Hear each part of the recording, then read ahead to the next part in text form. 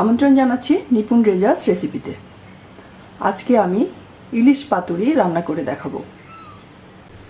ইলিশ পাতুরি রান্না করবার জন্য আমি এখানে কালো আর সাদা সরিষা মিশিয়ে রেখেছিলাম। সেই সরিষা নিয়েছি 3 টেবিল চামচ, 3টা কাঁচামরিচ আছে, সামান্য একটু লবণ দিয়ে এর সাথে সামান্য একটু পানি নিয়ে আমি গ্রাইন্ডারে গ্রাইন্ড করে নেব।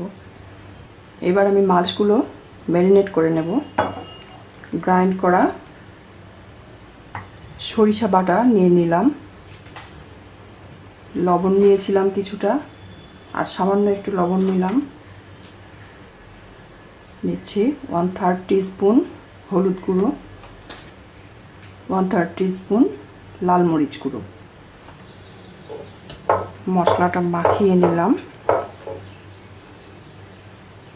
এবার মাছগুলো মশলাতে নিয়ে খুব ভালোভাবে মাখিয়ে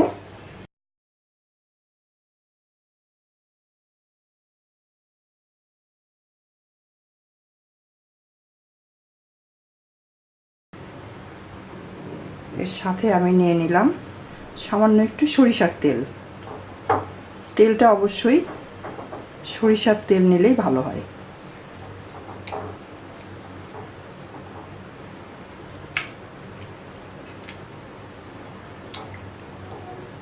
তেলটা মশলা মাখানোর সময় নিয়ে নিতে পারেন, আমি একটু পরেই নিলাম।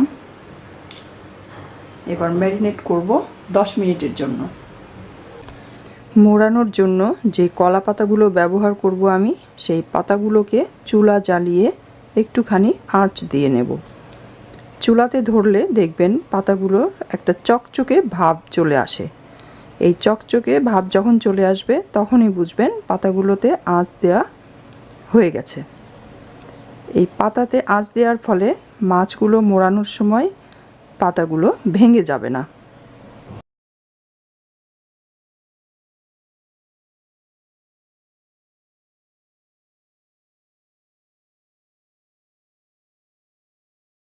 এবার আমি মাছগুলোকে কলা পাতায় মুড়িয়ে নেব। একটা একটা করে পিস এভাবে বসিয়ে দিলাম। আরও একটু মশলা দিয়ে দিচ্ছি।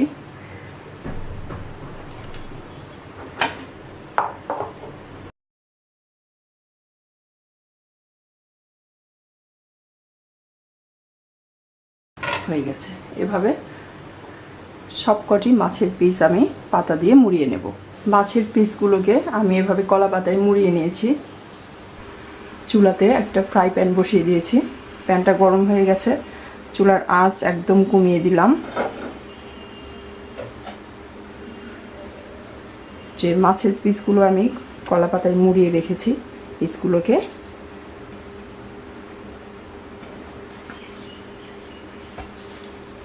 বসিয়ে দিচ্ছি।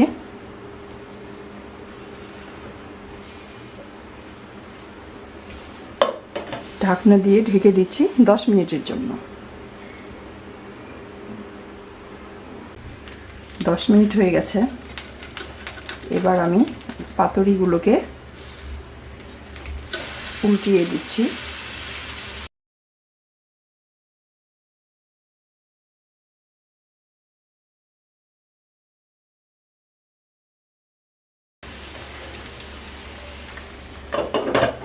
ঢেকে দিচ্ছি 7 থেকে 8 মিনিটের জন্য।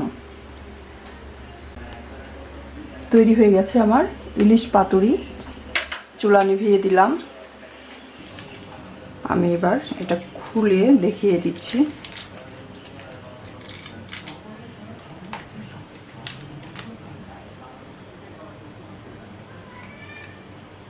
সুন্দর সিদ্ধ হয়ে গেছে, অর্থাৎ হয়ে গেছে আমার ইলিশ পাতুরি। তৈরি হয়ে গেল আমার ইলিশ পাতুরি। এটা খেতে খুবই সুস্বাদু। এমনিতে ইলিশ মাছ যেভাবেই রান্না করা হোক না কেন, এটা খুবই স্বাদের।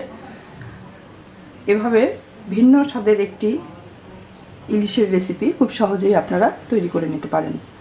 আশা করি আমার ভিডিওটি আপনাদের ভালো লেগেছে। আমার ভিডিওটি যদি আপনাদের ভালো লেগে থাকে, লাইক এবং শেয়ার করবেন, কমেন্ট করে জানাবেন কেমন লাগলো। আমার চ্যানেলের সঙ্গে থাকতে অবশ্যই সাবস্ক্রাইব করবেন। আজকে এ পর্যন্তই। আবার দেখা হবে নতুন কোনো রেসিপি নিয়ে। সে পর্যন্ত সকলে ভালো থাকবেন, সুস্থ থাকবেন। আল্লাহ হাফেজ।